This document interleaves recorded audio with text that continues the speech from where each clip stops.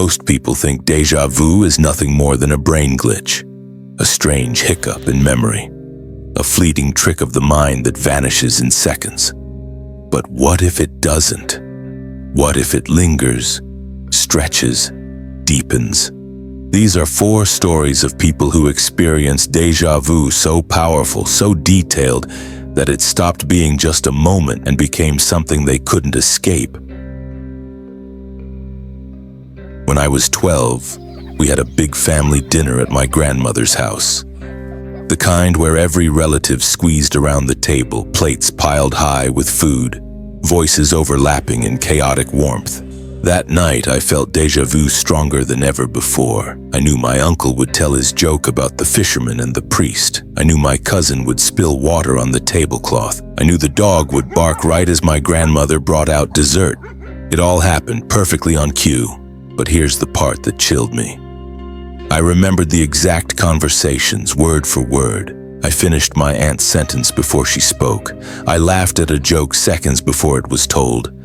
And when everyone stared, confused, I said the only thing that felt true. "We've had this dinner before." They chuckled, assuming I meant the year before or a similar holiday, but I wasn't talking about that. I meant this exact dinner, the same food, the same words, the same gestures.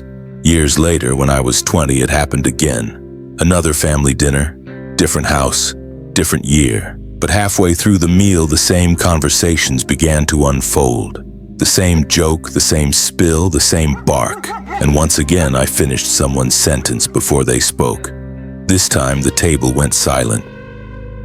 Everyone stared, and my grandmother very softly asked, "How could you remember that?" Because she remembered too. I drive the same route home from work every night, a long stretch of highway with a single exit into my town. One night, just past midnight, I felt a rush of familiarity stronger than I'd ever felt. The glowing green exit sign, the billboard for a pizza place that had closed years ago, the taillights of a red sedan weaving in front of me. I gripped the wheel. I had seen this before. The sedan cut me off sharply, forcing me to hit the brakes. My heart pounded, but I remembered, somehow, that it would swerve again, almost clipping a truck. And it did, exactly as I knew it would. The next night, it happened again. Same car, same sign, same billboard, same near miss. At first I thought maybe I was just overtired, imagining patterns, but then it continued for a week straight. Every night I hit the same stretch of highway and felt like I was trapped in a rerun. Finally, on the 8th night, I decided to break the loop. I slowed down before the red sedan appeared. I even pulled over to the shoulder, letting time pass. But when I looked in the rearview mirror, there it was. The sedan, headlights blinding, coming up behind me. And as I stared, I realized the driver looked exactly like me. Same hands on the wheel, same jacket, same face, illuminated in the glow of the dashboard. When I blinked, it was gone. Now every time I take that exit, I wonder, am I driving home? Or am I just following a path I've already driven? Again and again. I used to laugh off déjà vu. Those quick flickers of familiarity. A phrase, a look, a street corner. Nothing more than coincidence. But one afternoon, my friend Jake came over to hang out.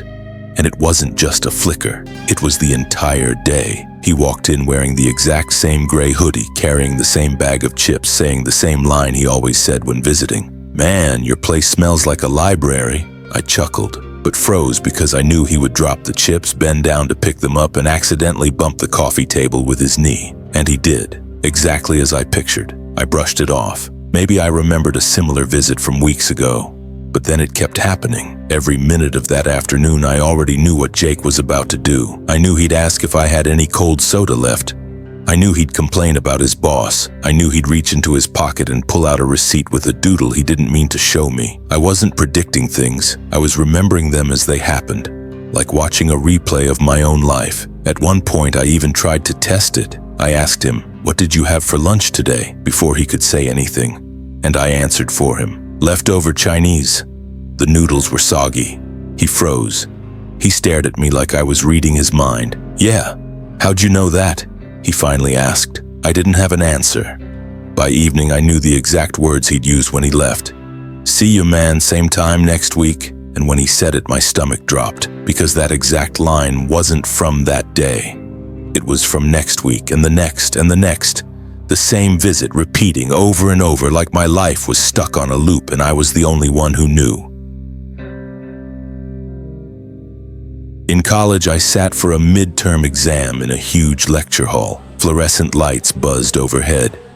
The smell of pencil shavings and coffee filled the air. As the professor passed out the test, that creeping feeling hit me. Not just the paper, not just the classroom, but everything.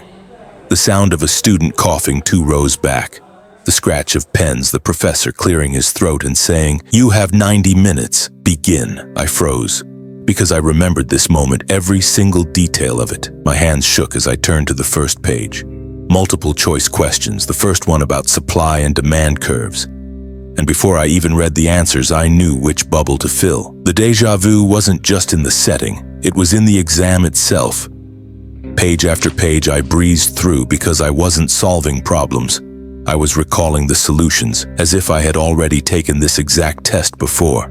When I finished, I looked around the room. Every cough, every movement of the other students I recognized in real time, like watching a memory play out. Later, when the tests were graded, I got a perfect score, and the professor even raised an eyebrow. "You're the only one," he said.